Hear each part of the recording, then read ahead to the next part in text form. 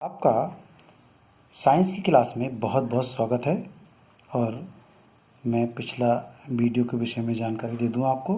पिछले वीडियो में हमने पीएच स्केल के विषय में जानकारी दी थी कि 0 है पीएच मान तो उसका वो सबसे ज़्यादा प्रबल अम्लीय होगा और 14 है तो वो प्रबल क्षारीय होगा। अब हम इसके बाद पीएच के जो न्यूमेरिकल हैं उसकी तरफ जा रहे हैं। पीएच क्या है? किसी भी विलयन में एच आयन सांद्रण को प्रदर्शित करने के लिए 10 के ऊपर लगाई गई ऋणात्मक घात पीएच कहलाती है। अर्थात एच धायन बराबर 10 की घात माइनस पीएच। देखिए यही है, इसका एक फार्मूला ये है निकालने के लिए और दूसरा फार्मूला ये है, लेकिन दूसरे वाले फार्मूले से पीएच का मान नहीं निकलेगा। पीएच का मान निकालने के लिए हमें यही फार्मूला अपनाना पड़ेगा। ये OH आयन की संख्या दी हो तो हम निकाल सकते हैं यहाँ से H धनायन की संख्या निकलेगी। यदि H धनायन की संख्या दी हो तो यहाँ पर OH ऋणायन की संख्या निकल आएगी। ठीक है, फिर हम इसमें ये मान रखते हैं तब कहीं जाकर के पीएच निकलता है। तो पीएच बराबर माइनस लॉग आधार कहलाएगा 10 और H आयन की संख्या, और दूसरा है H आयन की संख्या इंटू OH आयन की संख्या इजिकल टू 1 गुणा 10 की घात माइनस 14। इस फार्मूले को अप्लाई करने से पहले मैं एक छोटी सी बात बता रहा हूँ। देखिएगा, यदि लॉग है, ये लॉग क्योंकि आपने पढ़ा नहीं है, आधार यहाँ लिखा जाता है और कोई अंक यहाँ लिखा जाएगा, इस जगह ये अंक लिखा जाएगा। यहाँ समझने की बात ये है कि जो इसकी पावर होती है वो जब अगला स्टेप आएगा तो वो पावर सामने आ जाती है। इसका एक फार्मूला होता है। ठीक है, क्या है? देखिए, लॉग आधार इसका a है और मान लिया संख्या भी आपकी है तो इसका मान 1 कहलाता है। तो ऐसे ही यहाँ लॉग आधार 10 हो जाए और संख्या भी हमारे पास 10 हो जाए तो इसका मान कितना हो जाएगा? फिर 1 हो जाएगा। ठीक है, अगर ये वाली पावर आपके पास आधार 10 होता ही है, अगर लॉग कोई भी लिखा जाए, आधार दिया हो या ना दिया हो तो उसको 10 मानते ही हैं। ठीक है, और यहाँ पर 10 की घात मान लिया 3 है ये, तो ये अगला स्टेप में हम 10 की घात माइनस 3 यहाँ लिख सकते हैं और लिख सकते हैं इसको लॉग आधार 10 और ये संख्या यहाँ रह गई अब 10। तो इसका मान हम जान ही गए, ये मान 1 हो गया गुणा माइनस 3, तो कितना हो गया? माइनस 3 इकन 3 हो जाता है। इस तरह से इसको हम लिखेंगे। मैं शॉर्ट तरीका बता रहा हूँ आपको, हालांकि इसका विस्तार है, बहुत ज़्यादा आपको विस्तार में जाने की आवश्यकता नहीं है। क्या है, हम पहला सवाल देखते हैं क्या है। इससे 1 बिलियन में H आयन सांद्रण जो दे रखी है वो 10 की घात माइनस 9 है। इस बिलियन का पीएच मान बताओ। बिलियन अम्लीय है या क्षारीय? तो हम निकाल के देखते हैं इसे। ठीक है, कैसे करके निकालते हैं। देखिए, H आयन का मान दे रखा 10 की घात माइनस 9, पीएच बराबर माइनस लॉग 10 इसका आधार है और H आयन की संख्या है। तो इसको इस तरह से मैं करके दिखाऊंगा आपको। देखिएगा, इसमें दे रखा है 10 की घात माइनस 9, ठीक है, माइनस लॉग आधार 10 और H आयनों की संख्या। दो बात दी होंगी, या तो H आयन की संख्या दी होगी या OH आयन की संख्या। अगर OH आयन की संख्या दी होगी तो सेकंड वाला जो फार्मूला वो लगाएंगे हम। फिर H का मान निकालने के बाद, H आयनों की संख्या निकालने के बाद फिर हम इसी में आएंगे। देखिए, तो पीएच बराबर क्या हो जाता है?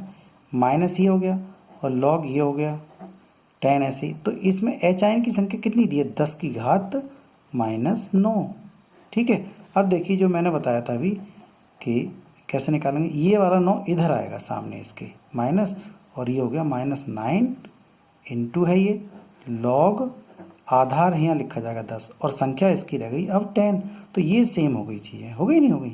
तो पीएच का मान कितना आ जाएगा? माइनस, और ये माइनस, ये कितना हो गया? प्लस का 9, और लॉग आधार भी वही है, संख्या वही है, तो ये हो गया 1। तो पीएच बराबर कितना मान निकल का आ गया? 9 बन गया 9। तो पीएच बराबर 9 आ गया निकल के।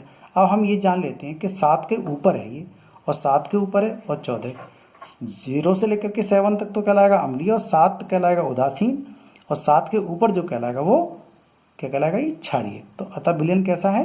क्षारीय होगा। तो ये मैंने आपको निकाल के भी बताया, यहाँ देख लीजिएगा, इससे देखिएगा।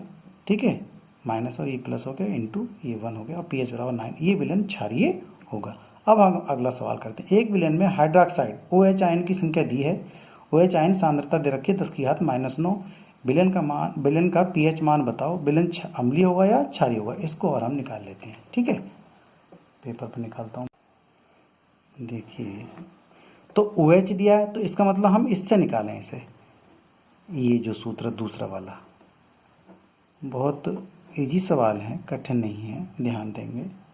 इसमें OH आयन की संख्या दे रखी है तो H तो हम ऐसे लिख देते हैं, H है ही नहीं निकली हुई। जब H निकल जाएगा तब हम उसमें इस वाले फार्मूले में रखेंगे। और ये कितना दे रखा है, ये दे रखा है 10 की घात -9 बराबर 1 गुणा 10 की घात -14। इसकी गुणा तो 1 ही आएगी, देखो H तो यहीं रह जाएगा, ठीक है।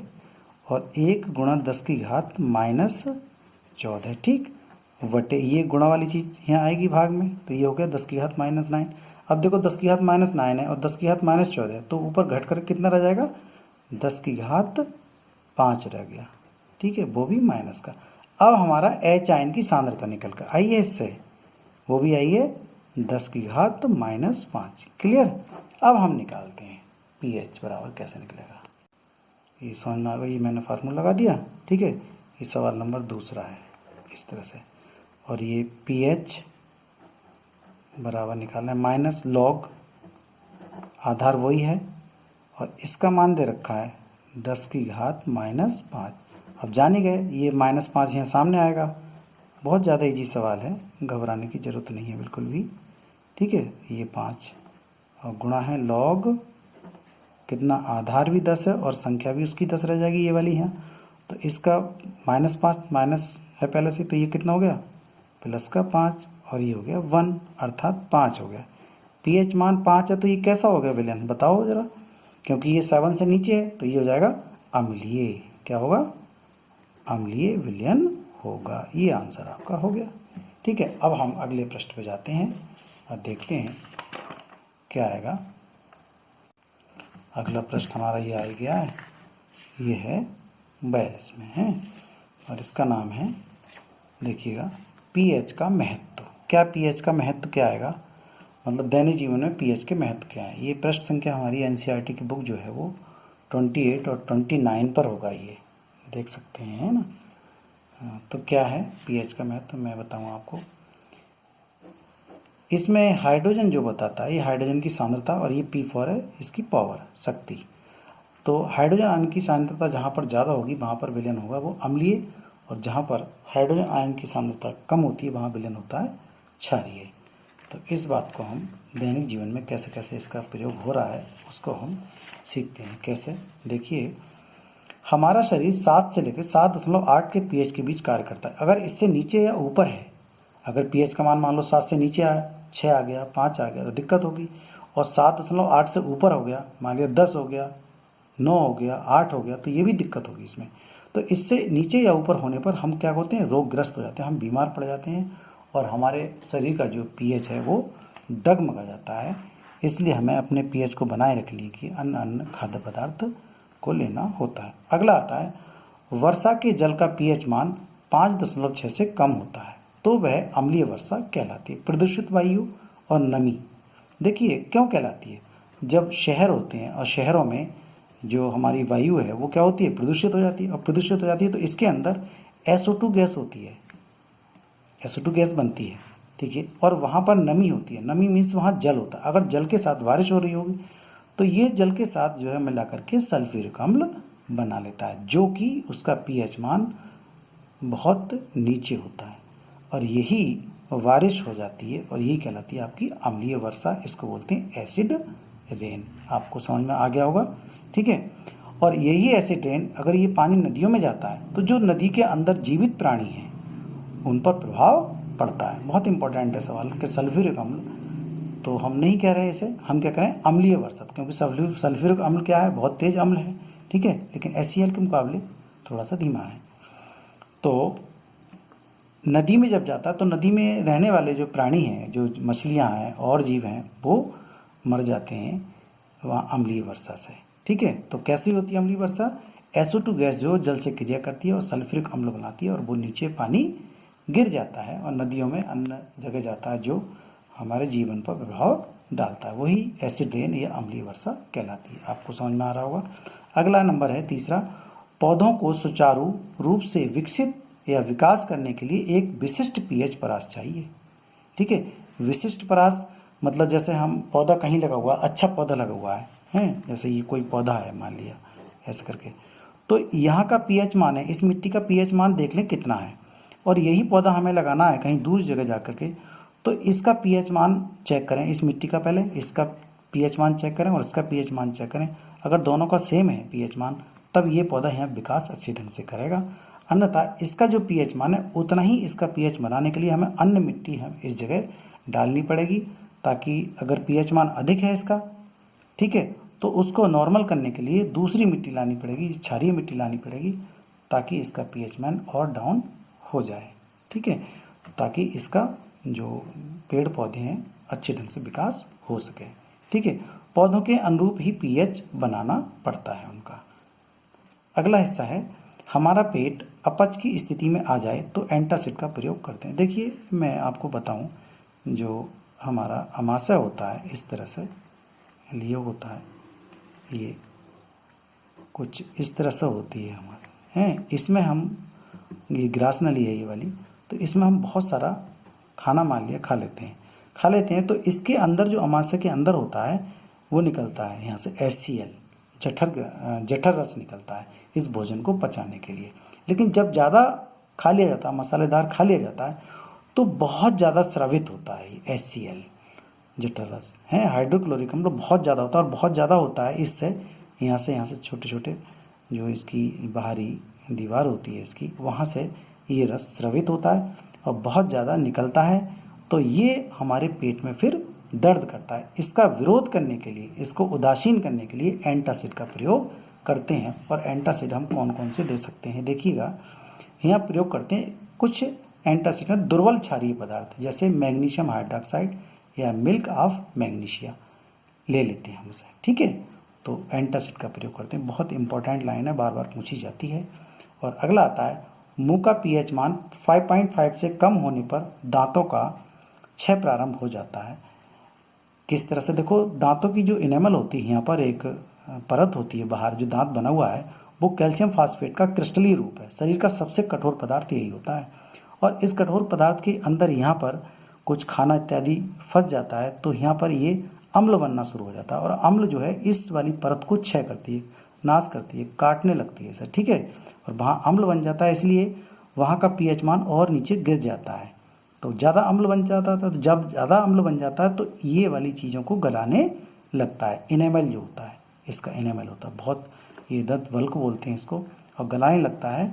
तो इसको बचाने के लिए क्या करना चाहिए, तो जो अम्ल बना है उसको गलाने के लिए, उसका उदासीन करने के लिए हमें क्षारीय पदार्थ इसके अंदर डालना चाहिए, अर्थात हमें पेस्ट या क्षारीय दंत मंजन का उपयोग करना चाहिए। जो क्षारीय, क्योंकि जो पेस्ट होता है वो क्षारीय होता है, तो इसलिए हमें सुबह और शाम उसको अच्छे ढंग से, जो पदार्थ इसके अंदर खाद्य पदार्थ फंस जाते हैं वो रात में या दिन में लंबे टाइम तक वो अम्ल बनाते रहते हैं, और ये जो दांत की जो कैविटी बना देते हैं, इस जगह कैविटी बनाना शुरू कर देते हैं। तो इससे बचने के लिए हमें ब्रश का इस्तेमाल, पेस्ट का इस्तेमाल और मंजन का इस्तेमाल करना चाहिए अच्छे ढंग से, आप जानते हो सभी लोग, ठीक है। अब आता है अगला हिस्सा, यहाँ है, मधुमक्खी का डंक मेथोनोइक अम्ल छोड़ता है, जिसके कारण जलन व दर्द होता है। दुर्बल क्षारक बेकिंग सोडा पेस्ट का इस्तेमाल करते हैं। मैंने ये पॉइंट जो दिए हैं यहाँ पर, ये वाले पॉइंट दिए, ये इनका जो है उपचार है एक तरह से, ठीक है। मधुमक्खी का डंक मेथोनिक अम्ल होगा, जो भी डंक चीज़ मारती है उसके अंदर मेथोनिक अम्ल होता है। तो जब अम्ल होता है तो इसका मतलब हमें छाड़ देना चाहिए, जब छाड़ देंगे तभी तो उसका उपचार होगा, क्योंकि उदासीन हो जाएगा वो। तो दुर्बल क्षारक का प्रयोग करते हैं, जैसे बेकिंग सोडा या पेस्ट इत्यादि, ठीक है। और इसी से संबंधित दूसरा पार्ट मैं बताता हूँ, दूसरी लाइन है, देखिए।